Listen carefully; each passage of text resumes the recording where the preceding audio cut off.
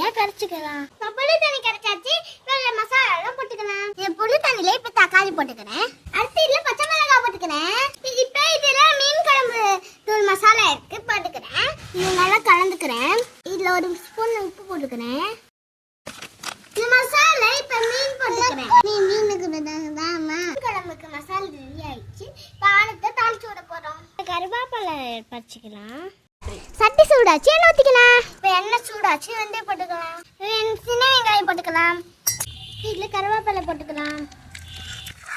கரைச்சி வச்சிருக்கேன், அதை ஊற்றிக்கிறேன். மூடி போட்டு முடிக்கிறேன். மீனானு சூப்பராக ரெடி ஆயிடுச்சு. இந்த ஆனத்தை ஊற்றி சாப்பிட்டு பார்க்க போகிறோம். மீனானு ஊற்றி தோசை சூப்பராக இருக்கு. நீங்கள் மறக்காம நம்ம சேனல் லைக் பண்ணி சப்ஸ்கிரைப் பண்ணுங்க. பாய். ஓகே, பாய்.